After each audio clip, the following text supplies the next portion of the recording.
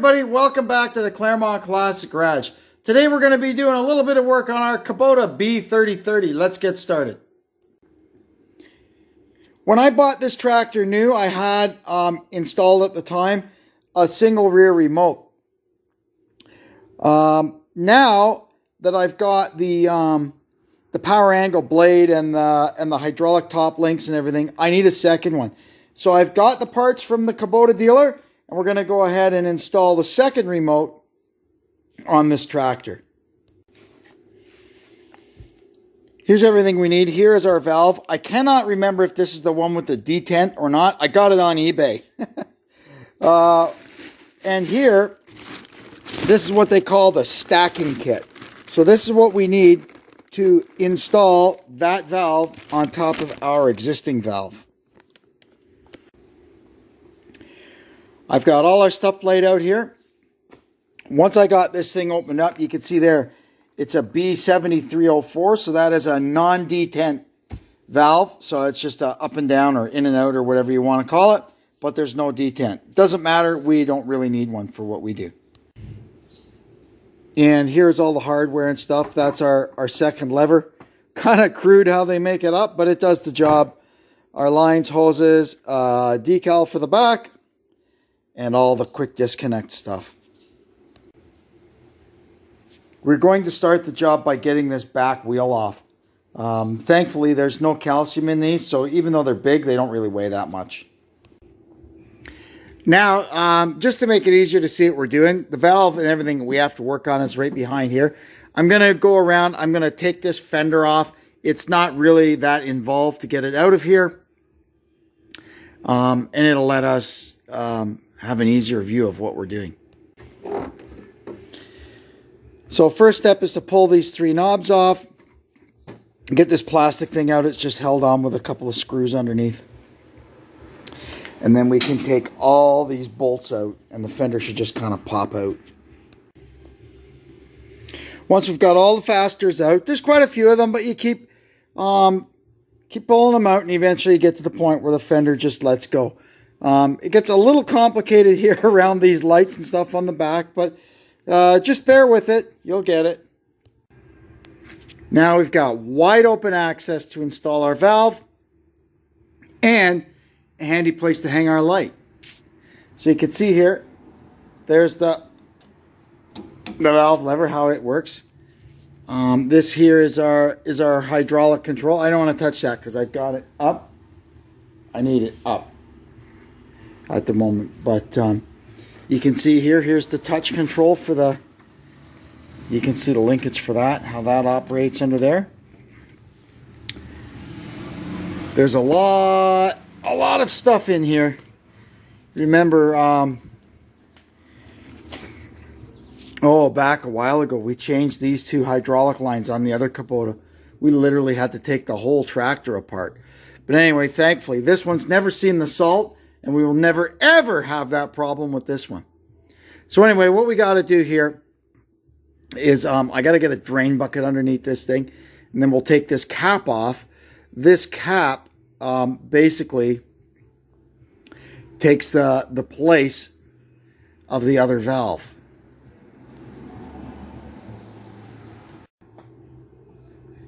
Now we need to remove this stud and replace it with this much longer one because it's got to pass through two valves instead of one. I don't think it should be too tight in here. We'll just give it a...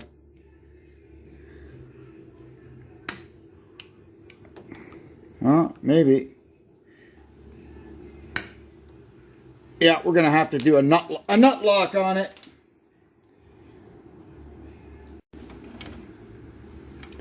All right. There, we got her coming out now.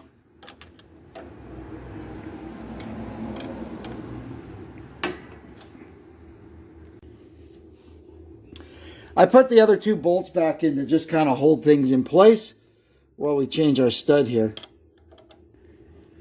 This is another reason we take the fender off, because I don't think we can get the new stud in with the fender in place.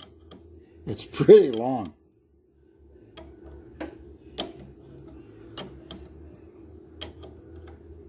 This one's really in there too.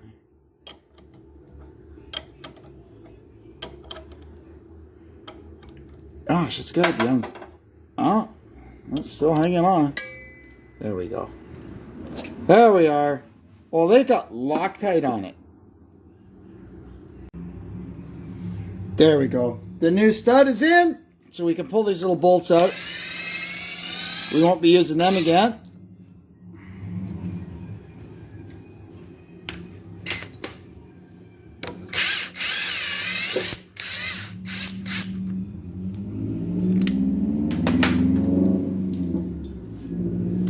Now we can prepare a new valve and get it stacked on top of there.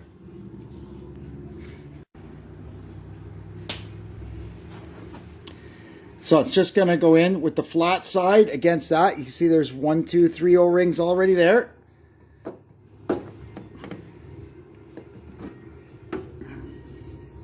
And it just goes in like that. Now we have to put, there's 1, 2, 3 O-rings that go in there. So our flat cap can seal it off.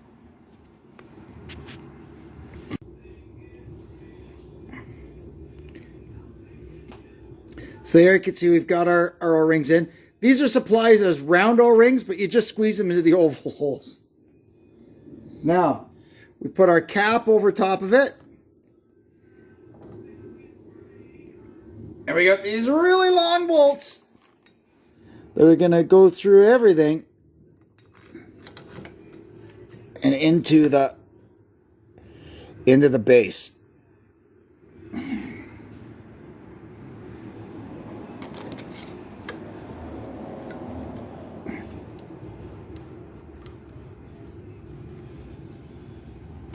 We'll just run them in with this.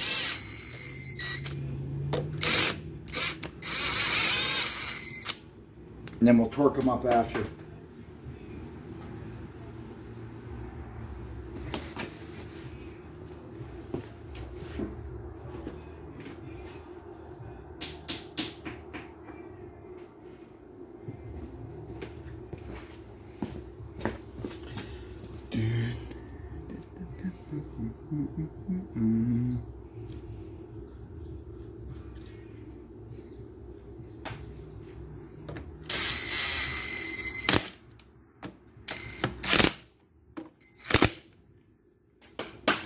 There we go. Now we'll torque them up to, I don't know, probably about 25 foot-pounds. They're the equivalent of 5/16 bolts.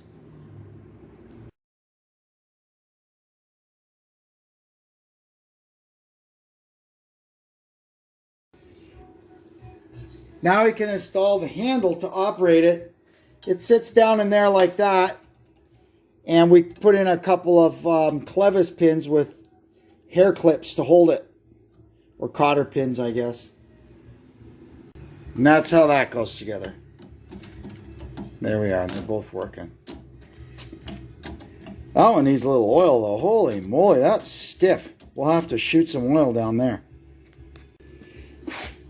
Next, we're going to pull these rubber plugs out of here.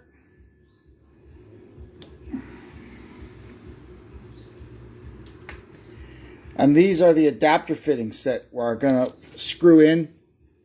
Just get a little oil on them. These are O-ring base fittings, not pipe thread.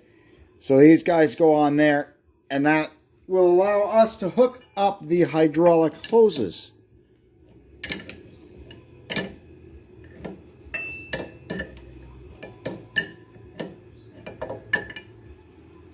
Here's the other end. There we go. Lucky there's so much oil dripping all over the place here. It's easy to get some oil to lube up these O-rings.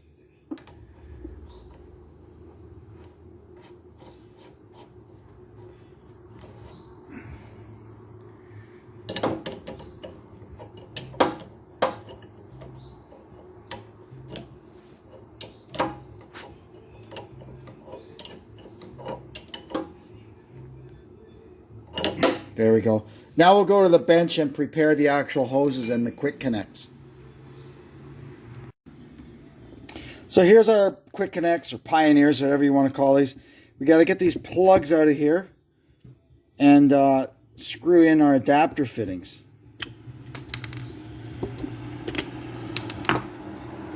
These are pipe thread. They come from the factory already with some sealer on them. So we'll just, I'll probably hold this in the vise and use a wrench on there to tighten these things up. Once we've got that done, we're going to drop these things into our manifold and secure it with these 2 snap rings.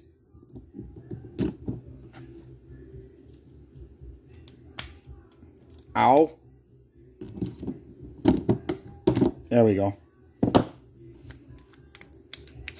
Perfect. Not going anywhere, they say. Now we can install our dust caps over this.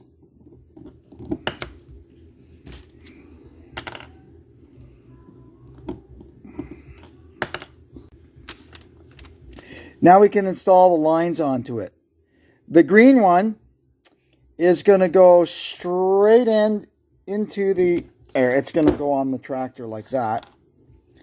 And the green one is going to be the outboard one.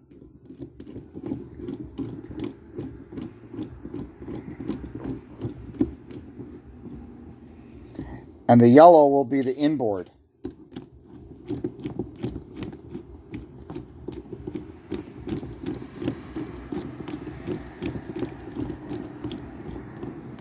And we'll just leave all this stuff loose until we've got it attached to the tractor.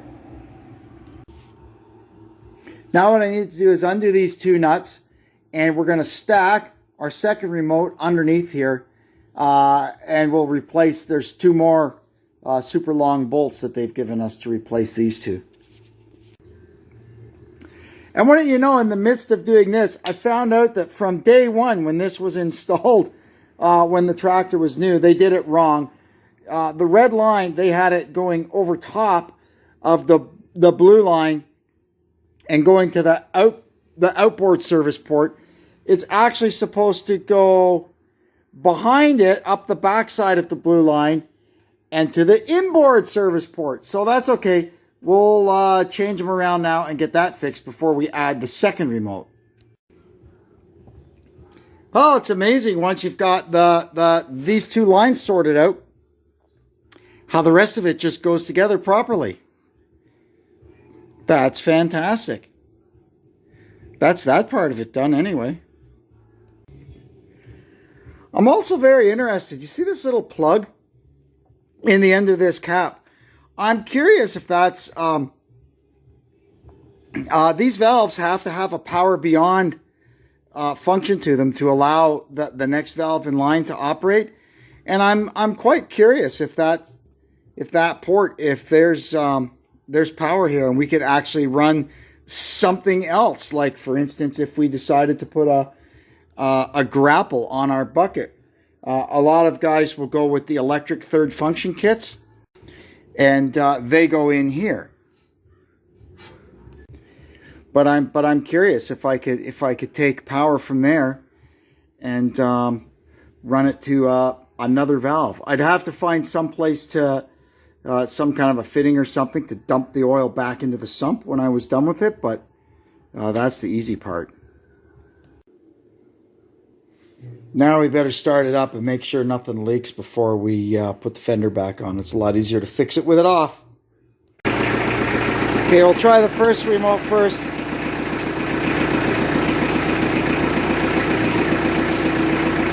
That's all good. The second one, I've got nothing hooked up to it, so it's just going to kind of go into relief, but big, huge leak. Oh, because I forgot to tighten the fittings on the back of the valves. Stupid me. All right, let's try this again, eh?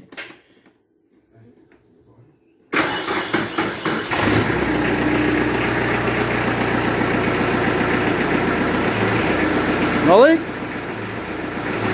No leak. Perfect. Now just operate the lever. We'll relieve any pressure that we may have had in there.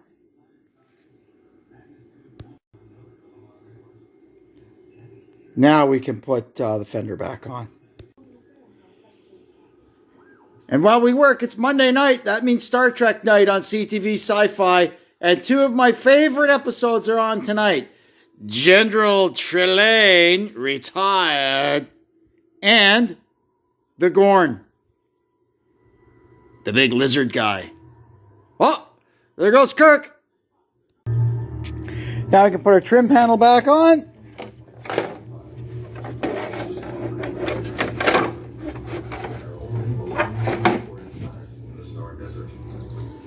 And there's 4 screws that go in from underneath. Now we can put all our knobs back on, and that'll be it for the top side. Now we just have to put this corner and our light back together, and wow, we'll be done. Now we got to get it off the jack stand, and we can put our wheel back on. Last thing we have to do is install the decal, and then we're done. Now we're going to use the old farm jack here and get underneath this and try to shove that back up, because that really bothers me.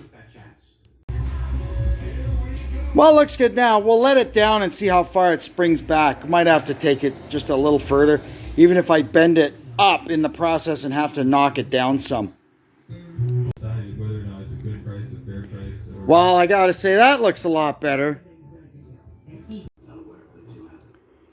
That went great. We've got our second remote installed, so I can run my my power angle rear blade on this thing now. And whatever else we need, that we need 2 remotes to run. Who knows what the future holds. And we got the backstop on our fork attachment fixed up. All good. And we got that all done just as the Squire of Gothos is ending. Kirk is just about to fix up Trelane once and for all. Anyway, I got to wrap it up. Get in the house before this is over. It's got a couple minutes left, and the Gorn comes on, because that's one of my all-time favorite episodes of Star Trek, when he fights the Gorn and makes the cannon out of a piece of bamboo. Captain Kirk is the best. Anyway, I'd like to thank you for tuning in. Hope you'll come back and join us again next time. And until then, this is Kevin saying so long from the Claremont Classic Garage.